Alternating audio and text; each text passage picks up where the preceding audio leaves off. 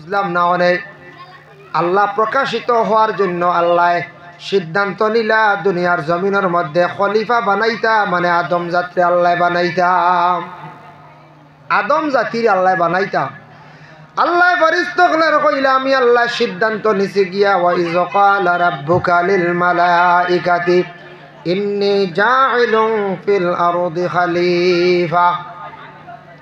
আমি আল্লাহ ইরাদা করি লাইছি, সিদ্ধান্ত নিছি জমিনও আমি একগুড়ো খলিফা বানাইতাম, তোমার তান থেকে আলাদা বলে আল্লাহ কিলা ল ফেরেশতাগণ জানিয়া রাখো, তোমার তানোর ঘুমও লাগে না, তোমার তানোর খাওয়াও লাগে না, বিছনাও লাগে না, তোমার তানোর বিবাহ লাগে না, কোনো কিচ্ছু লাগে না।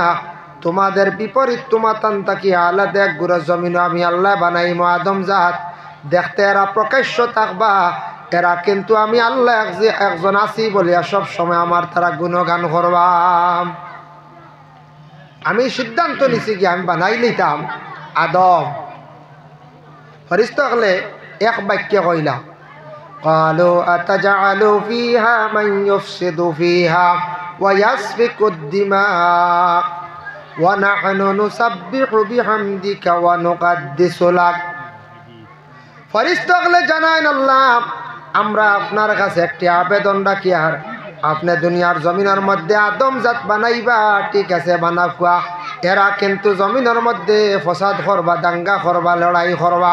ফেরেশতাগণে প্রথম সময় যখন কইছেন মাত সত্য আমাদের মধ্যে কিছু জায়গায় কিছু সংখ্যক মানুষে জমিনের মধ্যে ফিতনা ফসাদ ঝগড়া এগুলা করতে তখন আল্লাহ কইলা ঠিক আছে, তবে আমার তারা গুণগান গাইবা, আমি আল্লাহরে তারা মানবা, আমি আল্লাহরে ইয়াদ করবা, তুমি তো কিন্তু ইয়াদ করডা ঠিক আছে।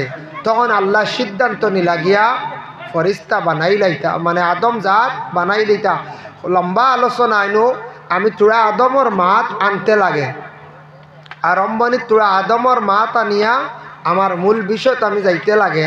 এর জন্য বিশেষ করিয়া আমরা এই দুনিয়ার জমিনের মধ্যে যতদিন আমরা থাকবো হাসাও তো আমরা ফিতনা ফসাদ দাঙ্গা লড়াই আমরার মধ্যে ওয় না ওয়, কিন্তু ফিতনা ফসাদ খরাব বালা নিখন যায় বালা না।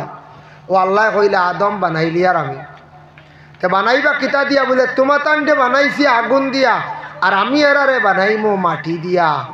আদম বানাইমো, আদমর মূল সৃষ্টি আমি মাটি দিয়া বানাই, ব্যবধান আছে। ওই সময় আল্লাহ পাক রব্বুল আলামিনে অর্ডার করলা ফেরেশতাদের মধ্যে জিবরাইলে তাই নিজে গছিলা।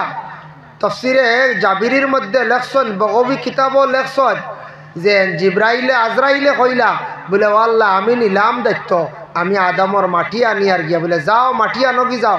তাই আনতে আনতে আনতে আনতে ৬০ জায়গার থাকি ৬০ ধরনের মাটি আনিয়া আরবর তাইফ থাকি প্রায় আরো ১০-১২ মাইল দূর এক জায়গার নাম ওয়াদি মুহররম, সেই জায়গার মধ্যে আনিয়া মাটি জমা করলা। সুবহানাল্লাহ।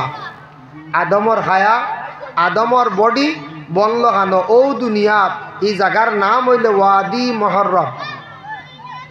ও জায়গার মধ্যে হজরতে আদম আলাইহিস সালাতু ওয়াস সালামর হায়া বানাইল্লা।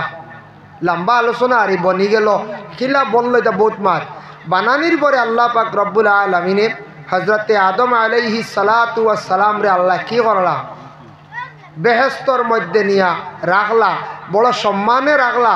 হইলে আদম তোমার তাহার স্থান তাহ তাই তখন একবারে বিলকুল একা, কোনো হানিও লাগে না, কিচ্ছু লাগে না, আরাম করডা বেহেশতর হালত হাঁটাইলা ৩৯ দিন তাকি ৪০ দিন।